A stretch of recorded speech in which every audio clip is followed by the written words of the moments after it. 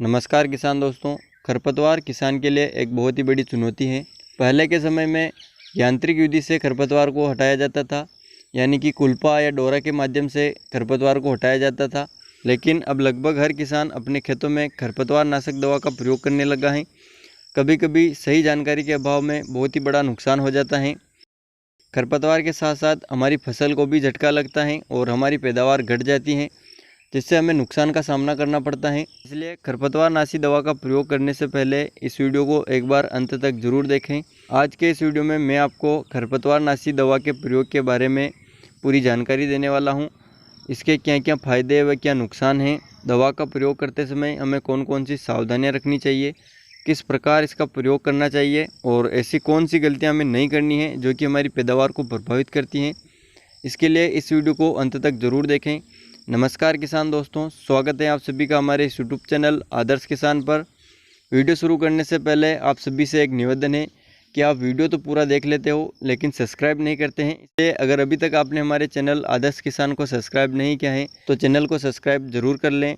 तो आइए वीडियो को शुरू करते हैं। सबसे पहले ये जान लेते हैं कि खेत में से खरपतवार को हटाना क्यों ज़रूरी है।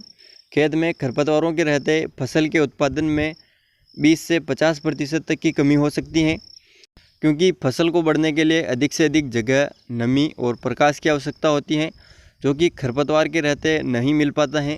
और इसके अलावा खरपतवार फसल के लिए डाले गए खाद और उर्वरकों को भी शोषित कर लेते हैं, जिसके कारण फसल को पोषक तत्व पूरी तरीके से नहीं मिल पाते हैं।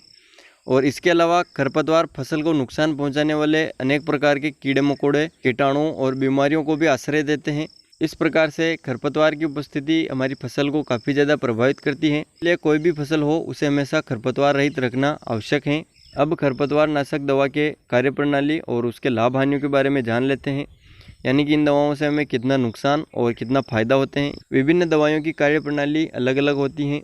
कुछ खरपतवार नाशी दवाओं का असर लंबे समय तक रहता है और कुछ कम समय के लिए ही प्रभावी होते हैं। इनके फायदे की बात करें तो इसके प्रयोग से प्रति हेक्टेयर की लागत हमारी कम आती है और इसके साथ ही हमारे समय की भारी बचत होती है। दूसरा यह है विषम परिस्थितियों, यानी कि जब अधिक बारिश हो या फिर अन्य कारणों से कुल्पा या डोरा चलाना संभव न हो, तब ऐसी परिस्थितियों में भी खरपतवार नाशी दवा का प्रयोग किया जा सकता है। दवा का प्रयोग में अधिक व्यक्तियों की आवश्यकता नहीं होती है।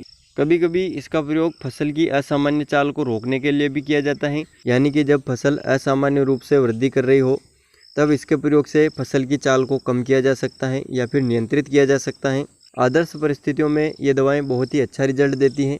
अन्य विधियों में जहां पर कुछ खरपतवार छूट जाते हैं, लेकिन खरपतवार नाशी के प्रयोग से लगभग सभी खरपतवार नष्ट हो जाते हैं। आइए अब इसके नुकसान के बारे में जान लेते हैं।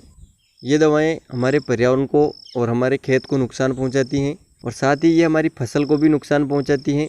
खरपतवार के साथ साथ हमारी मुख्य फसल को भी झटका लगता है। कम नमी की अवस्था में ये दवाएं कार्य नहीं करती हैं और उल्टा हमारी फसल को नुकसान पहुंचा देती हैं। कभी कभी ये दवाएं हमारे आगे आने वाली फसल को भी नुकसान पहुंचाती हैं, जैसे कि खरीफ सीजन की फसलें मक्का, मूंगफली या सोयाबीन में किया गया स्प्रे रबी सीजन की फसलों जैसे कि चना, गेहूँ, जौ, सरसों को भी प्रभावित कर देते हैं। इसके अधिक प्रयोग से हमारी पैदावार भी कम हो सकती है, इसलिए इसका प्रयोग पूरी सावधानी के साथ किया जाना चाहिए। इसलिए थोड़ी सी भी लापरवाही हमारी पूरी फसल को नुकसान पहुंचा सकती हैं। इन दवाओं के स्प्रे के समय हमें कुछ सावधानियां भी रखनी होती हैं। तो अब सावधानियों के बारे में भी जान लेते हैं। ध्यान रखें कि आप कभी भी फसल की फूल या फल वाली अवस्था में इन दवाओं का प्रयोग न करें, क्योंकि इस अवस्था में प्रयोग करने से हमारी पैदावार कम हो जाती है। इन रसायनों का प्रयोग उचित मात्रा में ही करना चाहिए। कम या अधिक मात्रा में इसका प्रयोग कभी भी नहीं करना चाहिए।